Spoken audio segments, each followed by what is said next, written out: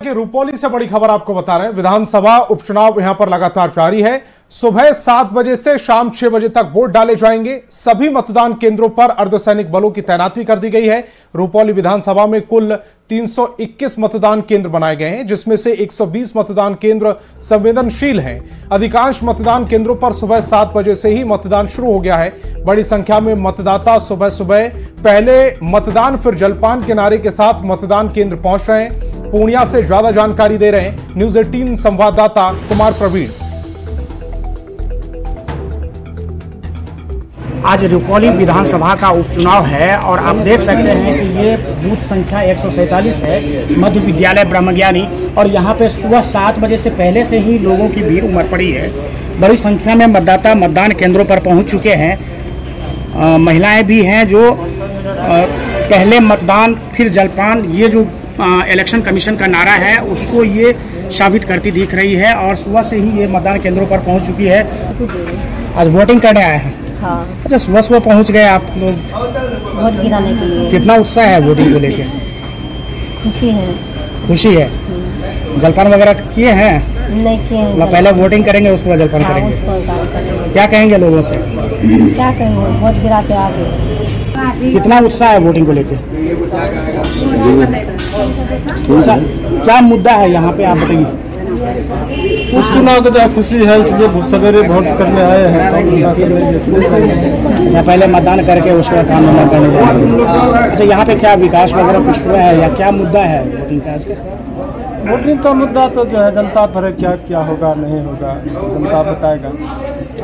हमारे साथ यहाँ के पीठासीन पदाधिकारी भी आइए, इनसे भी बात करते हैं। पारदर्शिता के मतदान हो गया। क्या नाम है? मेरा नाम तरुण कुमार।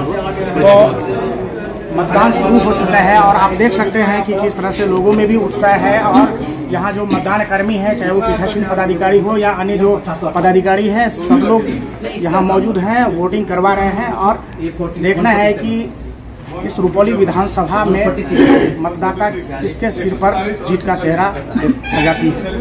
कुमार प्रवीण, न्यूज़ 18 ब्रह्मज्ञानी, पूर्णिया। बिहार दरोगा भर्ती परीक्षा का रिजल्ट जारी कर दिया गया है। 1275 अभ्यर्थी पास हुए हैं। इसमें 450 महिला अभ्यर्थी दरोगा बनी हैं। तो वहीं बिहार में पहली बार ट्रांसजेंडर दरोगा बने हैं। 3 ट्रांसजेंडर्स दरोगा बने हैं। दरोगा के पद पर चयनित ट्रांसजेंडर मधु अपने साहस के बल पर बिहार पुलिस की सदस्य बन गई हैं। अपनी सफलता से और कामयाबी से खुश मधु बतौर दरोगा ट्रांसजेंडर के लिए बहुत सारा काम करना चाहती हैं। ये है भागलपुर की मधु। मधु ट्रांसजेंडर हैं। ट्रांसजेंडर को समाज में किस दौर से गुजरना पड़ता है ये हर कोई जानता है, लेकिन आप शायद ये नहीं जानते होंगे कि बिहार में पहली बार जो 3 ट्रांसजेंडर दारोगा बने हैं उनमें एक मधु भी हैं।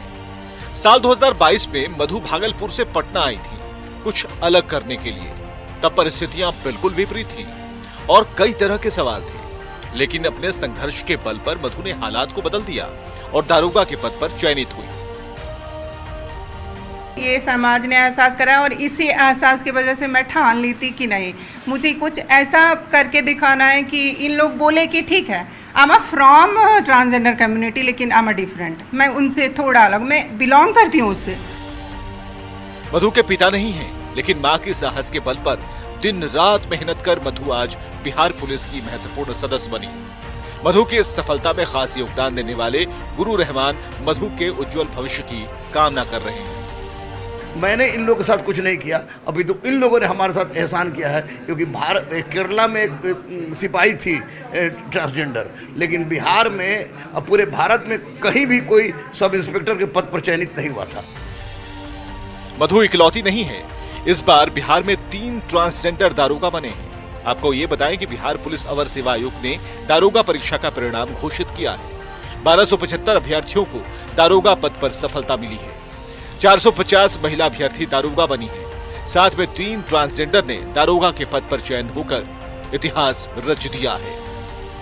न्यूज़ 18 के लिए पटना से संजय कुमार की रिपोर्ट।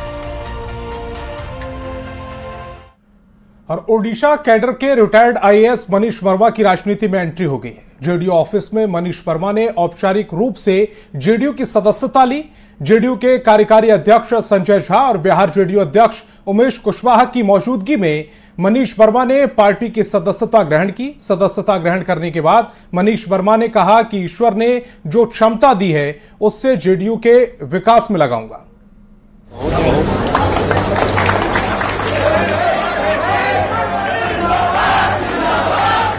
नीतीश कुमार के भरोसेमंद और पूर्व नौकरशाह मनीष वर्मा मंगलवार को ऑफिशियली जेडीयू के सदस्य बन गए। मनीष वर्मा ने जेडीयू के कार्यकारी अध्यक्ष संजय झा और बिहार जेडीयू अध्यक्ष उमेश कुशवाहा की मौजूदगी में पार्टी की सदस्यता ली। जेडीयू का सदस्य बनने के बाद मनीष वर्मा ने कहा कि ईश्वर ने जो भी क्षमता दी है उसे जेडीयू के विकास में लगाऊंगा और पार्टी की ओर से जो भी जिम्मेदारी दी जाएगी उसे बखूबी निभाऊंगा भी। मैं अपना योगदान देकर के यदि उस परिवार में मैं शामिल होकर के कुछ कर सकूं तो मेरे लिए बहुत बड़ी बात होगी। बिहार के सीएम नीतीश कुमार के गृह जिला नालंदा के रहने वाले मनीष वर्मा उनके काफी खास माने जाते हैं।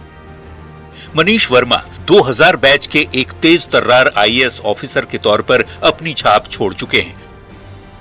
ओडिशा में 12 साल तक काम करने के बाद वो साल 2012 में 5 साल के लिए डेपुटेशन पर बिहार आए।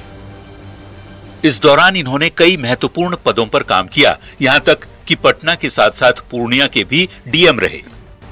जब वापस ओडिशा जाने की बात हुई तो मनीष वर्मा ने वीआरएस ले लिया। नीतीश कुमार के लिए मनीष वर्मा की अहमियत को इसी बात से समझा जा सकता है कि वीआरएस लेते ही मनीष कुमार वर्मा को बिहार सरकार में राज्य आपदा प्रबंधन प्राधिकरण का सदस्य मनोनीत कर दिया गया और बाद में मुख्यमंत्री का अतिरिक्त परामर्शी भी नियुक्त किया गया।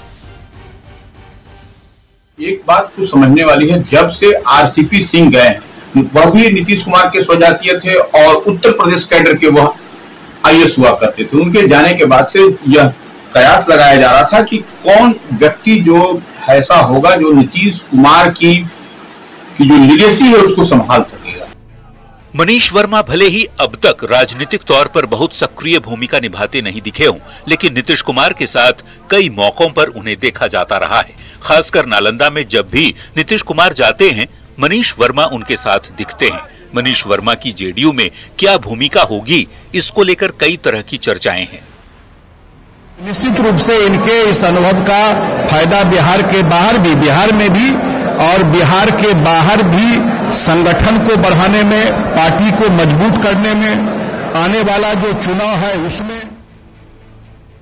आने वाले दिनों में मनीष वर्मा की राजनीतिक अहमियत कितनी बढ़ती है, नीतीश कुमार और जेडीयू के लिए आगे उनकी क्या भूमिका रहती है, इसको लेकर कई तरह की कयासबाजी भी चल रही है। देखना दिलचस्प होगा कि मुख्यमंत्री नीतीश कुमार इन्हें संगठन में जगह देते हैं या फिर आने वाले समय में चुनावी मैदान में उतारते हैं। न्यूज़ 18 के लिए पटना से आनंद अमृतराज के साथ ब्यूरो रिपोर्ट।